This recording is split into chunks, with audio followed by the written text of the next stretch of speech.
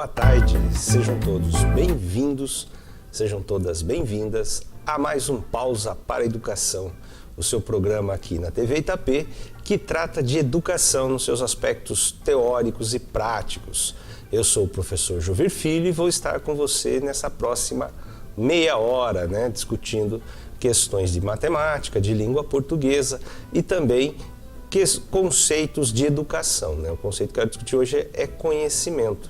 Se você quiser participar, basta entrar em contato através do e-mail jovir@hotmail.com.br, jovir@hotmail.com.br, não se esqueça do .br, ou pelo WhatsApp 99784 0955, 99784 0955. Mande a sua dúvida, sua crítica, sugestão, pedidos de maior explicação.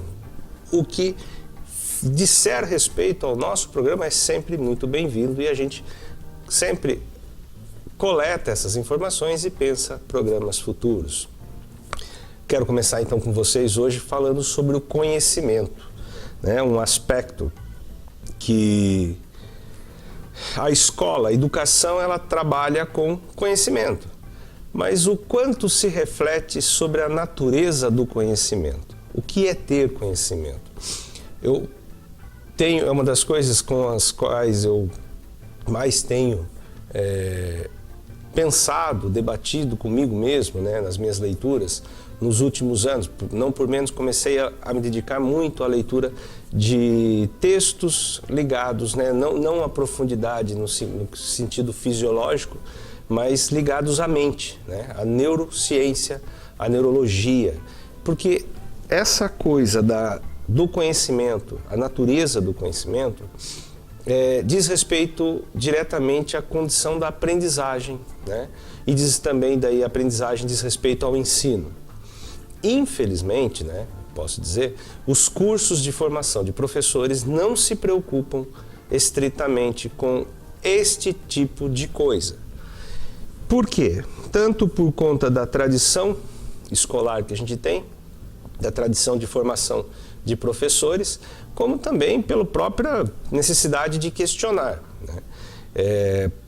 Cursos de pedagogia, cursos de licenciatura, tem sim uma passagem do ponto de vista epistemológico em torno do que é o conhecimento e a aprendizagem, mas aí a gente fica muito mais no campo da especulação. Nós temos os trabalhos de Piaget, que de certa forma empírico, mas ele é muito mais especulativo. Temos os trabalhos de Vygotsky, por exemplo, e nós temos vários teóricos que formularam pensamentos, Montessori, enfim, se a gente pode voltar até Jean-Jacques Rousseau, que é o primeiro a pensar na natureza da educação. Mas agora, a natureza do conhecimento, que objeto é esse, Quando que uma criança aprende, o que ela aprende e o que deve ser pensado enquanto conhecimento? É uma coisa que ainda engatinhamos, Engatinhamos. Claro que a ciência, a neurociência, ela teve uma evolução muito grande com o avanço da tecnologia para que se pudesse fazer mapeamento do cérebro e saber de que forma que acontece o registro do conhecimento. Aquela coisa que sempre se falou, olha, de um lado da mente é matemática, do outro lado da mente é linguagem, ciências humanas. E isto cria mitos, Mitos, inclusive, de que, eu sou bom em humanas, eu sei bem de língua portuguesa, sei bem de história, não sei nada de matemática. E o outro lado também, olha, eu sei muito de matemática, então eu gosto de matemática, gosto um pouco de física, gosto um pouco de química, mas leitura, língua portuguesa, história não é o meu forte. Isso daí são mitos que se criam como se a mente tivesse uma divisão, Ela não tem exatamente essa divisão. Ela tem uma organização e, por exemplo, quando eu vou fazer um exercício de matemática, eu utilizo várias regiões do cérebro, várias regiões. E entre essas regiões, algumas, a priori, não teriam nada a ver com a matemática, porque são imagens. Então, nós precisamos pensar, ter conhecimento. O que é ter conhecimento? Será que é eu ter boa habilidade cerebral? Mas como que eu passo a ter essa habilidade cerebral? tudo o que nós fazemos, qualquer coisa que se torne nosso conhecimento, é fruto da nossa prática, da observação da prática, da internalização da prática. Uma das formas da internalização da prática, né, é a memória. Uma das internalizações é a memória. E o que significa pensar que é a memória? Ela é uma das. Quando a gente, por exemplo, uma receita básica de bolo. Então eu guardo, faço uma primeira vez, eu leio lá a receita, olha, são 2 xícaras de farinha, 2 de açúcar, 1 xícara de achocolatado, vai também 1 copo, né, 1 xícara de leite, 1 xícara de óleo, fermento. Então eu vou seguindo a receita. Eu faço uma primeira vez, sigo a receita, na segunda eu sigo a receita, mas eu já vou meio no piloto automático, sabendo da que eu fiz na primeira. Depois de algumas vezes que nós fizemos essa mesma receita, a gente não precisa mais olhar para a receita escrita, porque o nosso organismo já, nossa mente, nós já guardamos, nós memorizamos. Isso passa a ser conhecimento. Da mesma forma que a primeira vez eu fiz e eu não bati adequadamente a minha massa, e ela não cresceu de forma adequada, ou eu bati bem, mas o meu forno não é adequado. Então, para a seguinte, eu vou pensar, ou eu melhoro a forma de bater, ou eu faço em outro forno, eu mando consertar o forno, ou eu sei que o forno tem tal defeito, então vou aumentar o tempo, vou aumentar... Então a gente vai adequando, estou falando da receita, que é uma coisa automática. Saber fazer um bolo também é ter conhecimento sobre alguma coisa, é ter domínio sobre um saber, e esse saber também é fazer. Alguns saberes não são fazeres também, né? Como a teoria, né? Eu dominar a teoria, o teorema de Pitágoras. Eu dominá-la, eu posso nunca aplicar o teorema de Pitágoras. É uma teoria que fica só no entendimento dela, né? Alguém provou Pitágoras, né? Que recebe o nome de Pitágoras, acredita-se que seja um conjunto de pessoas, de pensadores da época de Pitágoras, que organizaram esse conhecimento e chegou nesse teorema, mas alguém demonstrou e eu não preciso mais demonstrar. Então pode ser que seja um conhecimento só um saber, mas fazer um bolo é um saber teórico e prático, né? Nunca é somente prático. Por que nunca é somente prático? Porque a gente, da prática, a gente levanta conceitos, de certa forma, mesmo que seja para si mesmo, né? Nós mesmos, nós estamos cristalizando, quando eu coloquei tal coisa, isso fez tal efeito. Então isso se sintetiza como sendo um conhecimento teórico, mesmo que não esteja escrito, certo? Então o conhecimento, ele é vasto, ele está desde uma receita até a execução de um exercício de química ou de física, da biologia. E como que se dá a natureza desse conhecimento? Nós precisamos pensar juntos na sala de aula, né? Professores, mas também os pais têm que ter consciência disso, porque o conhecimento dos filhos o conhecimento pode ser diverso. Pode se encantar, né, com uma matéria de biologia, né? Pode se encantar com o filho pode gostar de uma parte da história e não gostar de outra parte, pode só gostar de história e não gostar nunca de química, mas isso é uma coisa momentânea, porque o conhecimento, ele é também empatia. O que é empatia? Eu tenho que sentir agrado em estar fazendo alguma coisa. Para todos nós, é assim que acontece. Claro que a gente tem que fazer coisas de que a gente não gosta, mas na maior parte do tempo a gente quer fazer o que a gente gosta, o que a gente escolheu fazer. Então o conhecimento, ele precisa muito disso. O professor precisa reconhecer que os mitos do conhecimento, eu posso dizer que eu na prática, né, sou alguém que domina a língua portuguesa e domina a matemática. Sou apaixonado por física, então isso me permite saber sobre muita coisa em física. Então, quer dizer, não há esse impedimento, porque eu gosto de matemática, eu não vou gostar de língua portuguesa. Ou o contrário, eu gosto de língua portuguesa, não vou gostar de matemática.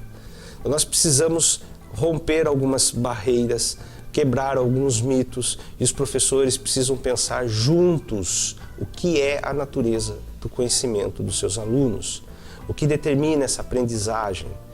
Como que a gente hoje, com tanto recurso, a gente pode despertar esse conhecimento e torná-lo mais significativo? Decorar, né? Essa memória, ela é importante, mas a memória é um acessório, ela é uma parte apenas do conjunto do conhecimento, certo? Então nós não podemos, provas principalmente que privilegiam a decoreba, o guardar a informação só para repetir, não constrói, não produz conhecimento nos nossos alunos. Tá? Nós precisamos de ter raciocínio lógico, nós precisamos de reconhecer que esse raciocínio lógico diz respeito a uma inteligência racional e também nós temos que não ignorar a inteligência emocional e ela é muito importante. Eu vou voltar nesse tema falando principalmente dessa dicotomia, né? Inteligência racional baseada na razão, inteligência emocional baseada na emoção. Porque ou pensamos melhor essa educação ou nós cada vez estaremos andando no mesmo lugar, sem avançar, sem trazer conhecimento para os nossos alunos. Eu vou fazer um breve intervalo para os nossos apoiadores culturais, volto já já daí com questões para vocês. Não saia daí.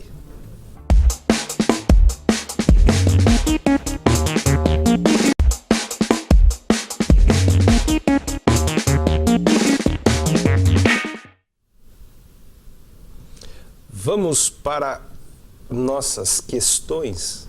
Eu trouxe hoje para vocês um bloco de questão de língua portuguesa e um de matemática. E eu vou começar pela língua portuguesa, baseado um pouco em interpretação, entre a gramática, mas principalmente o olhar interpretativo, como tem sido a maior parte das provas. Vamos lá para a tela que eu preparei para vocês? Especialistas condenam queima de lixo. O processo de incineração de lixo não é uma unanimidade. Especialistas e entidades ambientalistas internacionais apontam várias ressalvas sobre a tecnologia, muito usada no exterior. Daí tem uma lacuna, né? Problemas tanto ambientais como socioeconômicos, segundo estudos internacionais sobre o tema. Alguns desses estudos mostram que, mais uma lacuna a ser preenchida, relação entre a queima do lixo e a detecção de alguns casos de câncer em moradores das imediações das usinas para resíduos sólidos. Por isso, várias entidades rechaçam a incineração sob o argumento de que o processo industrial traz impactos negativos para a saúde. É um texto da Folha de São Paulo de 6/4/2013, adaptado porque foram inseridas essas lacunas, né? De acordo com a norma padrão da língua portuguesa, as lacunas do texto podem ser preenchidas, correta e respectivamente, com, daí na letra A, existe e o verbo a, existem e existe, o verbo a, né? E existem, existem e existem, ou no singular, existe e existe. O que eu preciso saber aqui, né? O que a gente tem que trabalhar? Quando fala em norma padrão da língua portuguesa, né? Norma padrão, a gramática normativa que deve ser obedecida, a gramática dentro das suas regras. Então não vale o que a gente usa no cotidiano na forma coloquial, que é ideal para a comunicação, mas não para o texto, né? Não para a comunicação formal. Quando eu digo problemas, eu vou dizer existe, existem ou há. Se for o verbo haver, ele não vai para o plural. O verbo haver no sentido de ter ou existir fica sempre no singular, então teria que ser há problemas. Então poderia colocar aqui o há? Poderia colocar o há. Como também, se eu colocar o verbo existir no caso, ele concorde, então teria que ser existem, né? Ou eu coloco o há ou o existem. E na segunda lacuna, alguns desses estudos mostram que existe ou existem, ou o verbo há. Posso colocar o há aqui também, ó. O há, né? Ou eu vou ter que colocar o existe no singular.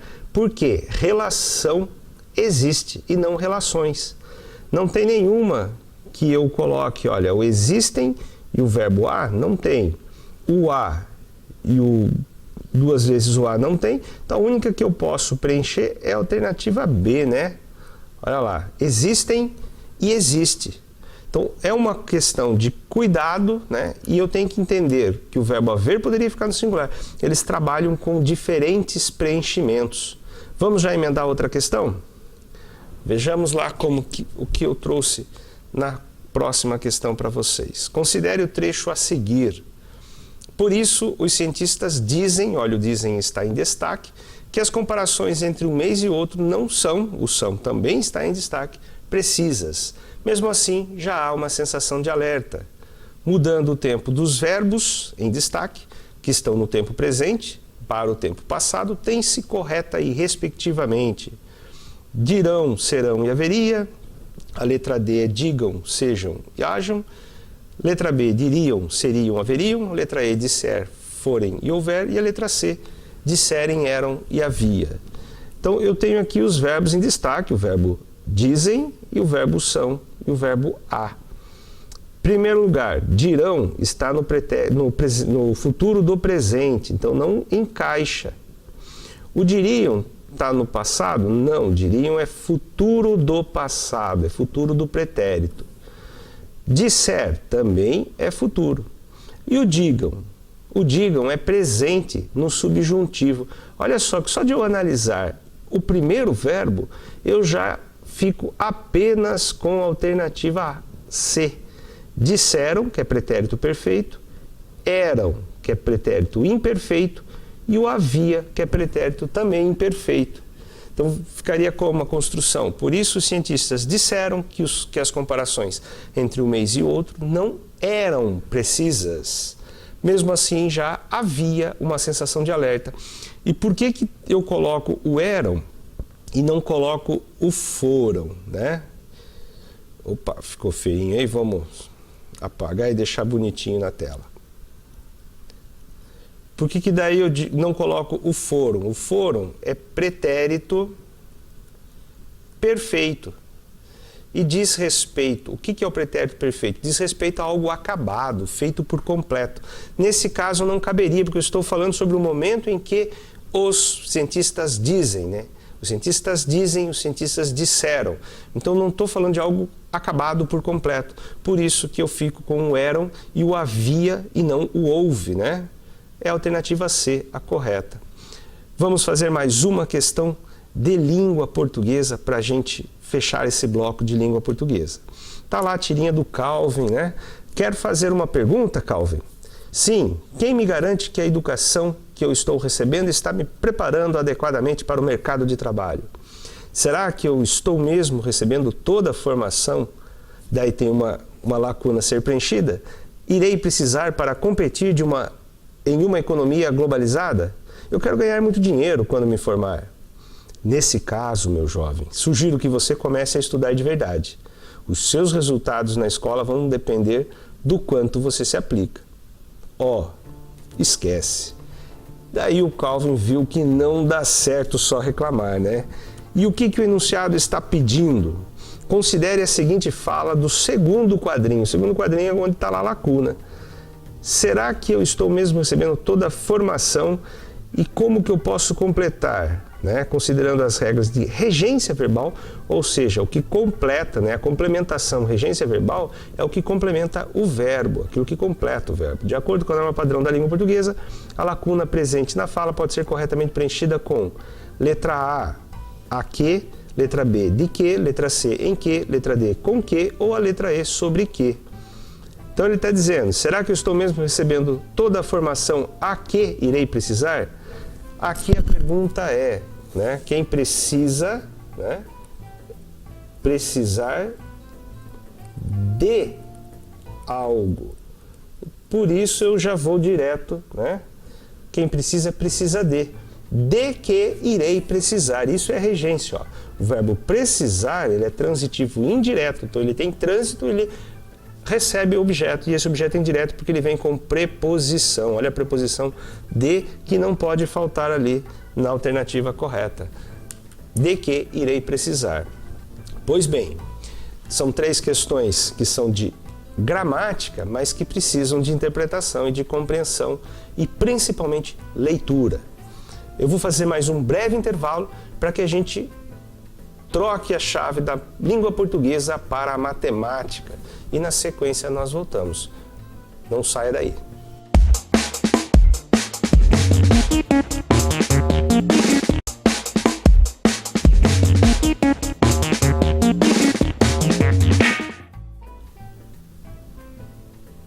Estamos de volta com o nosso Pausa para a Educação, o seu programa aqui na TV Itapê que traz a educação em seus aspectos teóricos e práticos. Se você quiser participar, basta sempre nos enviar sua pergunta, né?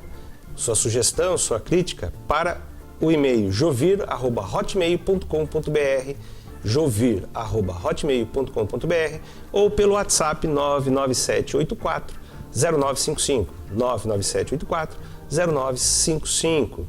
Eu vou fazer esse último bloco agora com a matemática, né? Vamos pensar matematicamente. Como eu disse, a matemática ela não é só um elemento de linguagem matemática. Eu preciso interpretar, eu preciso acionar todas as regiões do cérebro para compreender o que está sendo pedido. Então não adianta só fazer operações básicas, né? Eu preciso saber como interpretar antes para chegar nas operações básicas. Vamos à tela que eu trouxe para vocês?